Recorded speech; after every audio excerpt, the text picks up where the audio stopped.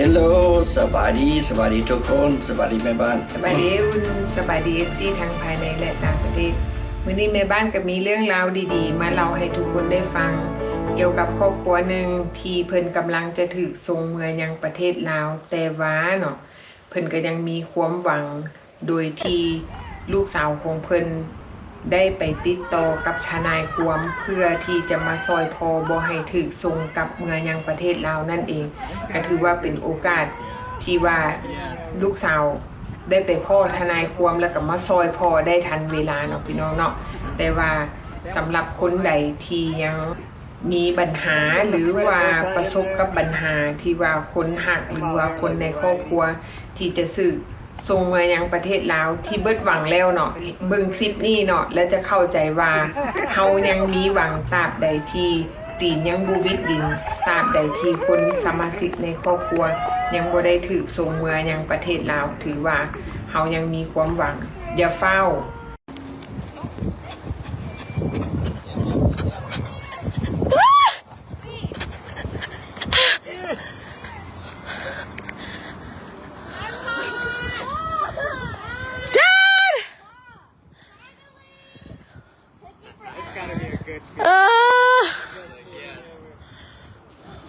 Ivy, careful.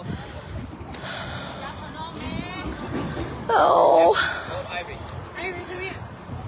You get some fresh haircut in there. You come out here like riding. Safe pussy right anyway.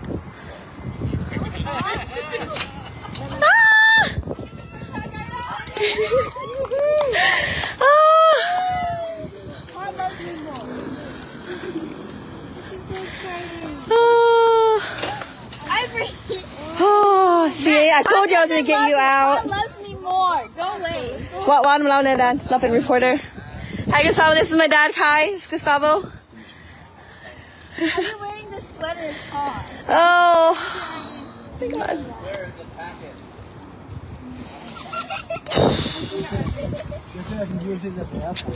Yeah, it's your ICE ID. Some people... Mom, look at pot. It's like a boat.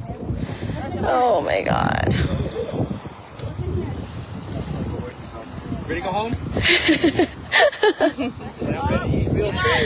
Oh.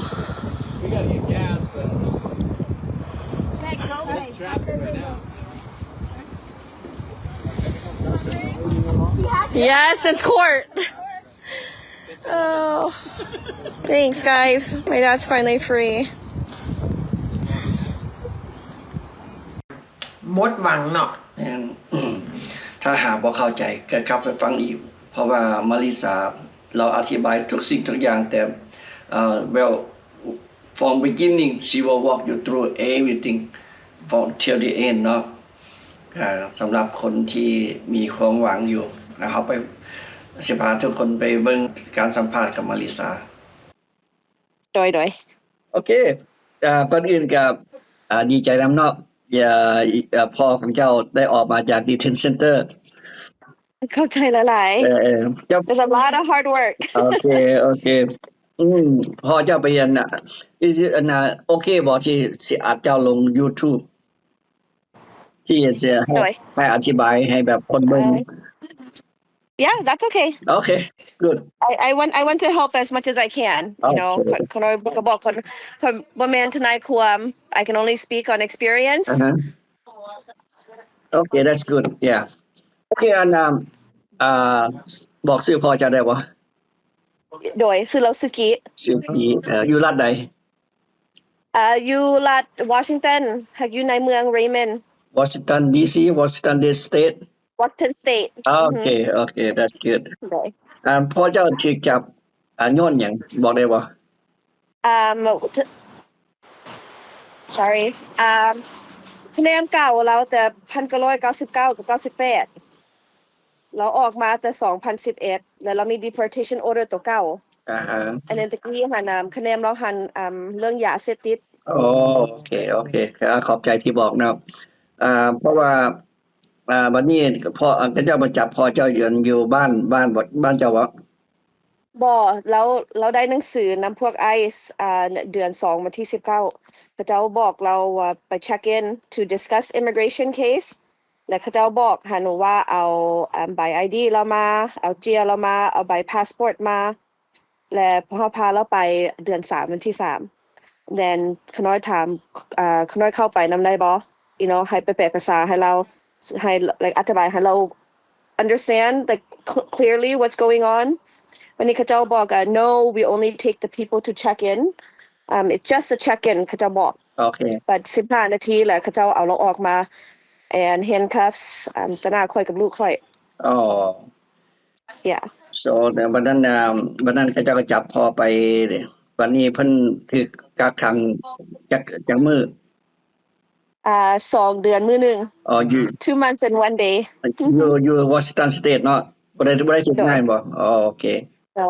โดยแต่เจ้าจับเราอยู่ Tukwila Washington อยู่มองไอซ์ปะนี่ส่งเราไปอยู่ Tacoma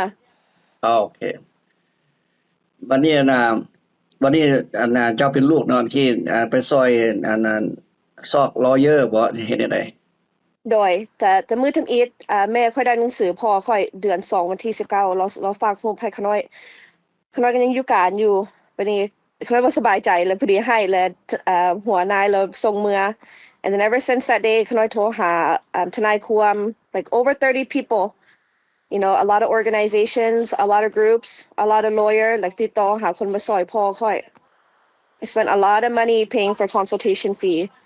พอดีแล้วมาถึกอีนาย Jenny เราซื้อ Jenny with Seattle Clemency Project แต่พอดีเราซอยบุทุกอย่างเลย so you know lawyer แต่ละเทื่อค่าฟรีกับเจ้าเอาหลายปานใดบอกได้บ่โดยthe consultation บางคนขน้อยจ่ายบางคนหัน400ปลายบางคนหัน600 and then but เราถึกจับแล้วเขาเจ้าเปลี่ยน they say you have to pay more so มีผู้หนึงขน้อยจ่ายละ400ปลายวันนี้ตอนเราถึกขังแล้วเขาเจ้าบอกต้องจ่ายอีกเกือบ200ปลาย so พอดีเกือบ 1,000 นี่แหละ he wasn't a good lawyer you know เราบ่ได้บอกความจริงเราบอกว่าบ่มีแนวซอยได้บ่มีไผซอยพ่อเขาได้มีแต่ we should be very grateful you know ได้26ปีนำพ่อค่อย and the best thing right now is to เตรียมตัวให้เราเมื่อลาวให้เราตั้งชีวิตใหม่ Okay but you're not giving up No I didn't give up okay. I consult with a lot more attorney I call everybody email every day I call on the phone every day text ติดต่อเลยบ่อยู่บ่เซาเลยการก็บ่ได้เฮ็ด2 เดือน2 เดือนไป ซอกหา lawyer เนาะโดย so ไปหา lawyer แต่ละคนนี่ก็เจ้าบ่ได้บอกความจริงเลยว่าแบบว่าโอเคค่อยเคสนี้ค่อยสามารถ guarantee เอาพ่อเจ้าออกได้ก็เจ้า No บ่มีภายรับผิดชอบว่าสิซอยได้ทุกอย่างเลย A lot of people say oh you know เดี๋ยวนี้ค่อยเฮ็ดบ่ได้ or maybe ต้องท่า 2-3 ทิศ you know ก่อนค่อยมีเวลาซอยได้ปะนี้ the person I connected with was Jenny with Seattle Clemency they are pro bono organization เขาเจ้าเอานำ donation ซื่อ wow ค่ามือเขาเจ้าบ่ได้เอานำเขาเจ้าเอาแต่ค่าเจียค่าสอ so only fines and fees okay ปะนี้คะแนนเราหัน you have to do immigration นำกับ criminal นำเขาเจ้าก็หาทนายความมาให้หมดทุกอย่างเลย Okay at least ระหว่าง3ทนายความเนาะที่ไปรับเคสนี้โดย we had I think a total of 4 people okay so criminal attorney ผู้หนึ่งและอีนาย Jenny เราก็ซอยหมดทุกคนหมดทุกอย่างเลย and then อีนาย Joanna เราอยู่ Michigan เราเป็นผู้ hit immigration ให้เราเป็นผู้ file the motion to reopen กับ emergency stay และมีอีกผู้หนึ่งเราซื้อ Matt เราเป็นผู้ hit habeas ให้ okay เอาไปเอามาเลย we didn't need the habeas so เราผ่านมาก่อน yeah but we still file anyways okay but ได้เสียเงินลงหน้าหลายปานใดนี่ที่รับเคสตัวนี้มันคือม่วนหั่นใดนำ consultation นำ yes maybe like 6-7,000 so far I think okay yeah okay that but you have to set up GoFundMe แม่นบ่ I saw that you โดยอันโดยขน้อย start GoFundMe มาซอยจ่ายทนายความค่าเจียค่าสอตอนพ่อขน้อยถูกขังหันเราเป็นผู้เดียวผู้เหตุการณ์ you know เราอยู่บ้านนํแม่ค่อยกับน้องค่อย3คนกับแม่เฒ่าค่อยวันนี้ค่อยก็อยู่เฮือนต่างหากวันนี้ตามพ่อค่อยไปบ่มีไผมี income เลย Wow. วันนี้เขาก็มารับผิดชอบ like มาซอยพ่อแม่ you know ต้องจ่ายค่ารถค่าไฟค่าน้ำ you know ค่าอยู่ค่ากิน insurance แล้วก็ you know เสียไปเลยพอขน้อยบ่ได้เหตุการณ์ Wow. so ขน้อยตั้ง GoFundMe หันมาซอยจ่ายค่าเบลแน่ซอยจ่ายทนายความแน่ Right ขน้ now, อยก็บ่ได้เหตุการณ์2เดือนไป so right now you still have a still open account for GoFundMe. It's still open right now, yes. Okay. I haven't updated yet. Okay. พอขน้อยหาก็ออกมาบาง24ชั่วโมงนี่แหละเรายังบ่ได้กลับไปการเถื่อ He's still, you know, adjusting. I'm still trying to process everything right now. So, well, ก็ดีใจนำ โดย so he stay there for 2 months or for Yeah, 2 months and 1 day แต่มื้อละเข้าไป Oh, I see. Okay. ก็ดีใจนำที่เห็นวิดีโอคลิปออกมาตอนไปรับเอาพ่อโอ้ดีใจ Yeah. It was really nervous. Yeah, really nervous คือเจ้าว่า you know, like ศาลแล้ว they say okay, they're going to release him. วันนี้ทนายความก็ไปนำวันนี้เราติดต่อหาพวก ICE วันนี้มาบอกพวกเฮาว่า you know เขาเจ้าบ่ได้ตอบมาเทื่อบ่ฮู้ซั่นเขาเจ้าสิปล่อยมื้อนี้เอ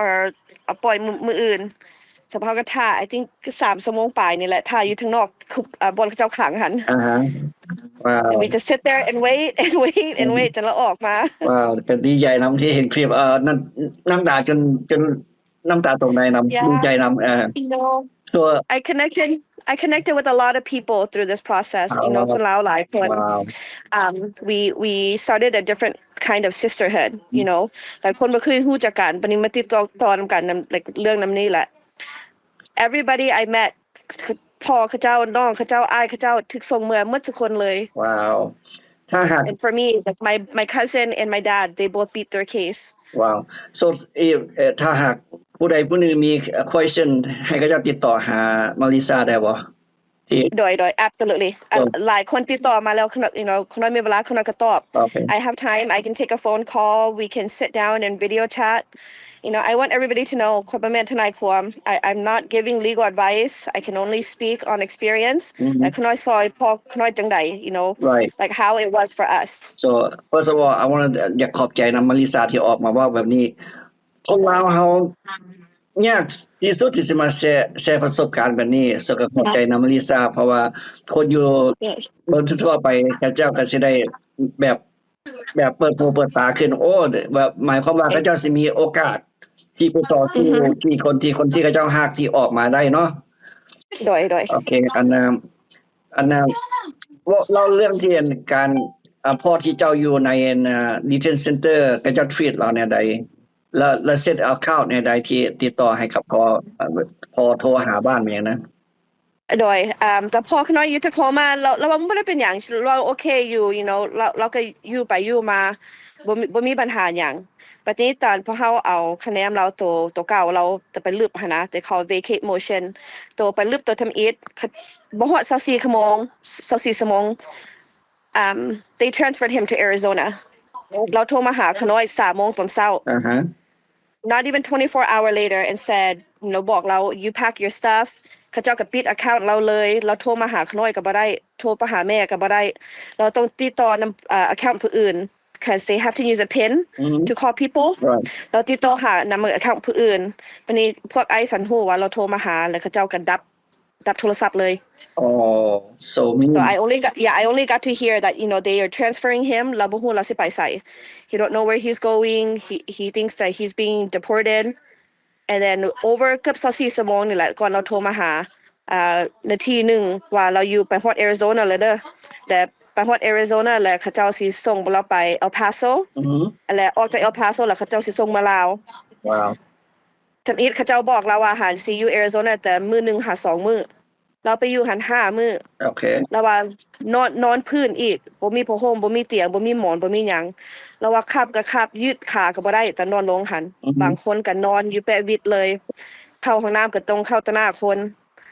อาหารให้เขาเจ้าหันก็ he said 3 bologna sandwich a day breakfast lunch and dinner Wow You don't have access to your account. They take your money because they call like a transfer facility or holding facility. So จะ video call หาครอบครัวเจ้าก็บ่ได้ like order อาหาร order like แปรงสีฟันหยังก็บ่ได้เลยบ่มีเงินอยู่ใน account เนาะบ่เขาจะหยุดเลย So how บัดนี้มาริซาไปติดต่อเพิ่นได้บัดนี้ วันนี้เราไปอยู่หัน5มื้อแล้วเราไปฮอด Texas หันมื้อ11แล้วเราโทรมา we were able to call himเอาเงินใส่ account ให้เราตัวใหม่ because the one that's in your phone account before เขาจะเอาออกจาก phone account แล้วไปใส่ commissary account เราซื้อของกิน โอเค วันนี้โทรใส่ตัวใหม่ให้เราวันนี้เราไปฮอดหันแล้วว่าสิต้องอยู่หันมื้อนึงหา2มื้อก่อนเขาสิส่งเมื่อลาว so as soon as เราติดต่อหาปะเฮาได้ขน้อยโทรหาทนายความเสร็จพอขน้อยไปฮอดเลยได้ El Paso สิมียนออกจากอยู่ Texas หันเมื่อลาวหัน in the next 24 to 72 hour right like in May 5th hopefully แม่นบ่แม่นมื้อนี้ว่าlike May 5th อันบ่ no this was เดือน let's see เดือน3 so the เดือน3 okay because some เขาจะว่าตอนเราถูกศึกส่งเมื่อหัน is no later than April 7 วันนี้ขน้อย vacate motion เราถึงอีกหันเดือน3วันที่18แล้วโทรมาหาขน้อยเดือน3วันที่19ว่าเขาเจ้าสิส่งเราออกจากตะโคมา and then the next week I think วันที่25เดือน3วันที่25เขาเจ้าเอาปริญญาออกไปอีกตัวนึง right แม่นน่ะที่ต้อง yeah so พอดีเราโทรไปหา it buys us about 24 hour แล้วขน้อยติดต่อหาทนายความเสียพอขน้อยไปฮอดเลยเด้อไปฮอด Texas หันมันสิมีปริญญาออกไปเขาเจ้าสิส่งคนเมืองลาว like 70 ปลายคน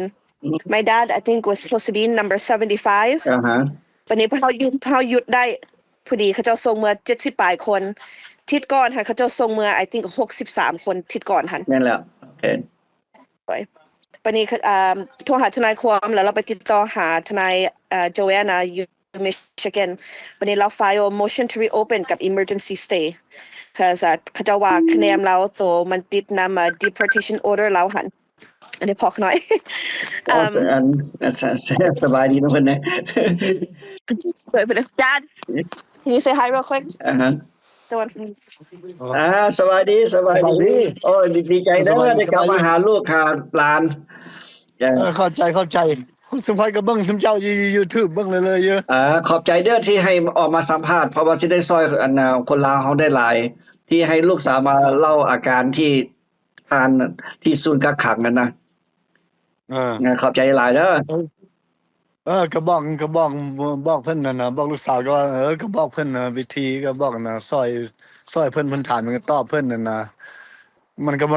แม่นว่าสิได้ทุกเคสว่าซั่นตามเคสเพิ่นว่าแบบลอยซอยได้ก็ได้บ่ต้องบางเคสก็บ่ได้นะบ่แม่นว่าสิได้หมดทุกคนแล้วสิออกหมดทุกคนนั่นน่ะ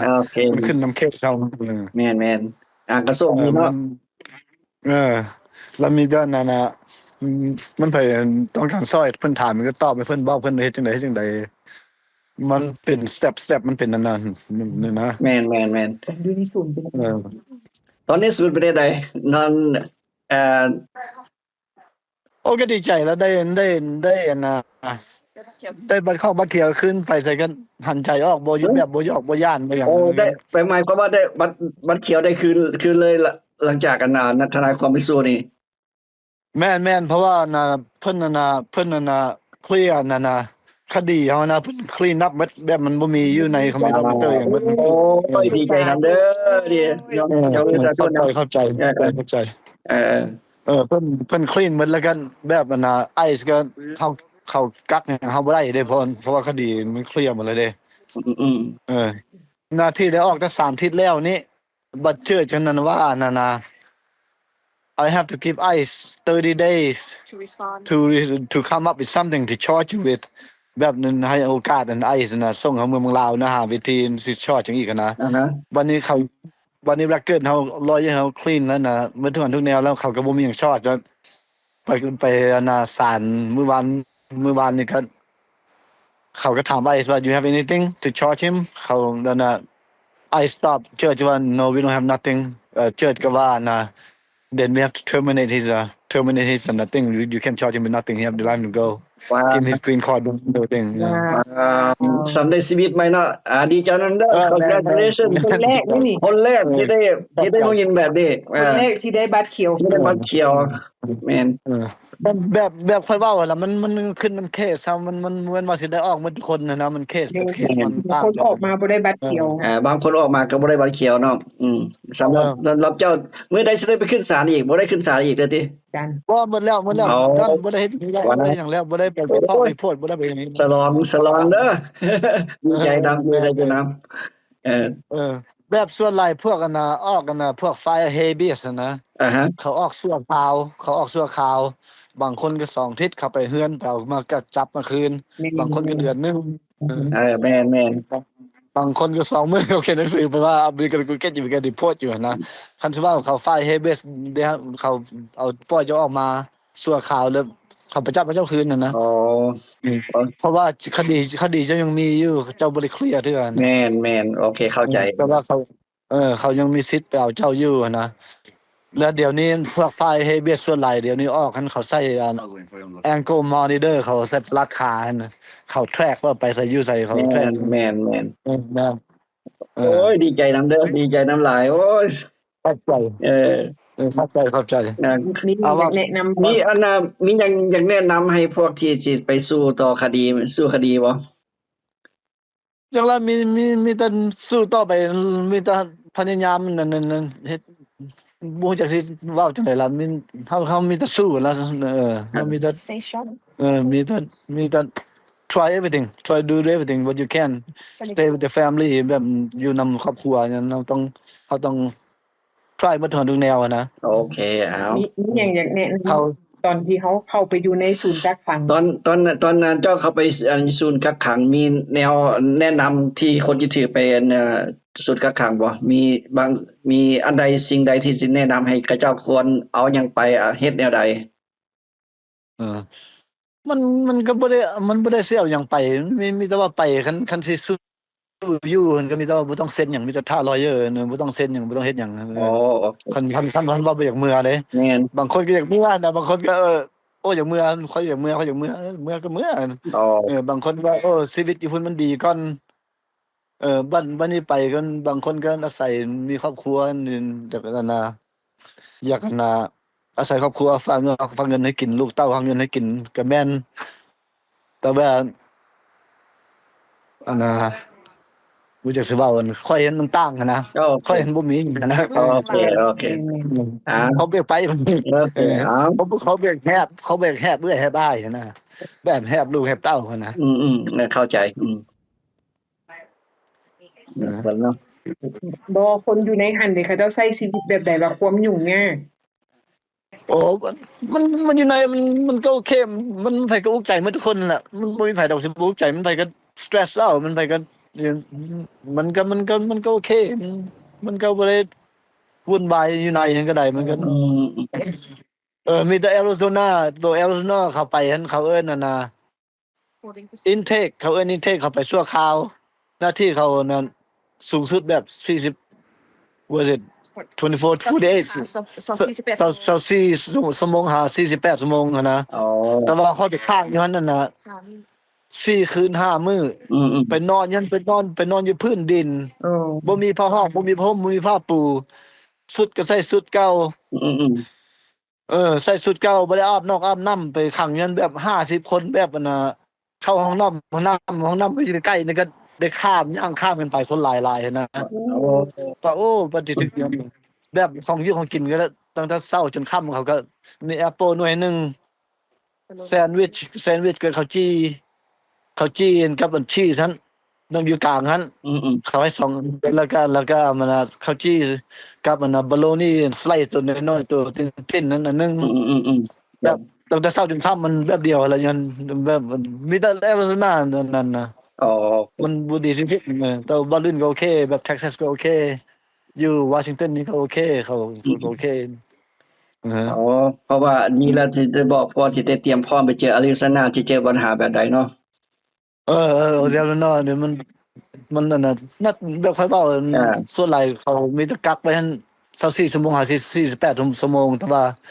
จักเป็นหยังค่อยค้างอยู่หั่น4คืน5มื้ออยู่หั่นแต่ว่านอนอยู่พื้นแบบ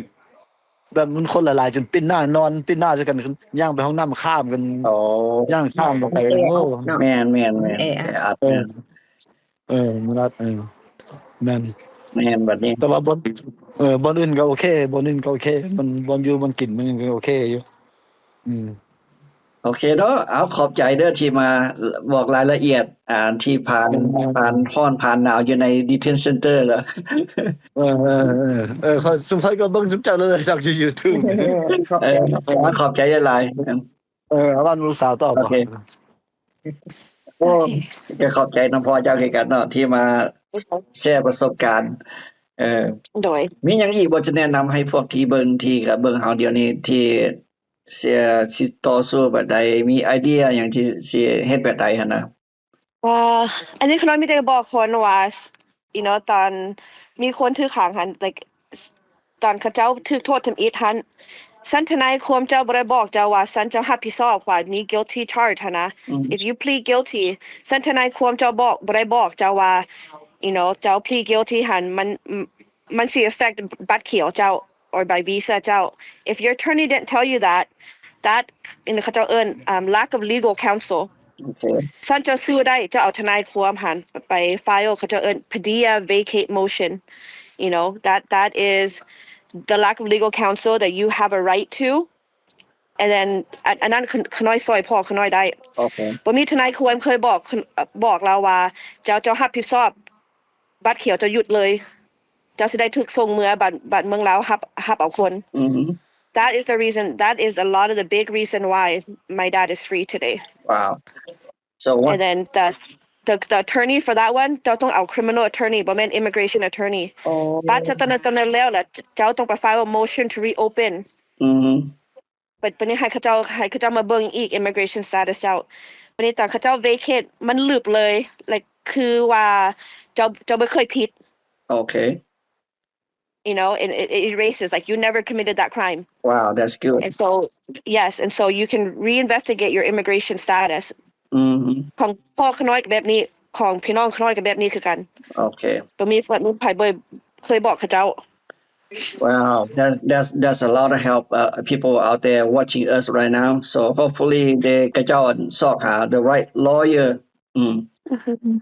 อันกระเจ้ามีคำถามก็จะให้ติดต่อไปทาง Facebook เนาะมาริสา Facebook ได้โดยวันนั้นจะใส่ลงลิงก์อยู่ทั้งรูปนี้ให้ทุกๆคนที่ว่าสนใจจะติดต่อหามาริสาก็ขอบใจที่มาซอยเอา community ที่คนลาวเฮาที่ a lot of people เนาะที่สิประเสริฐแบบนี้นะก็ขอบใจหลาย And I want everybody to know, you know, like สู้ๆ you know, like สันเจ้าอยากอยู่สันเจ้าอยากเมือ like please don't give up hope. You're not alone. There's a lot of people out there, a lot of families out there who are going through this. There's a lot of people and organizations who want to help. Okay. If you call somebody and they tell you no, don't give up. Like keep trying, you know. Don't leave any stone unturned because sometimes, you know, it took me a while to get help from my dad. But I couldn't sit and wait, you know, and watch them take my dad away from my family, from my kids, his grandkids. I see you some story but I'm so glad ที่พ่อเจ้ากลับคืนมาหาลูกหลานครอบครัว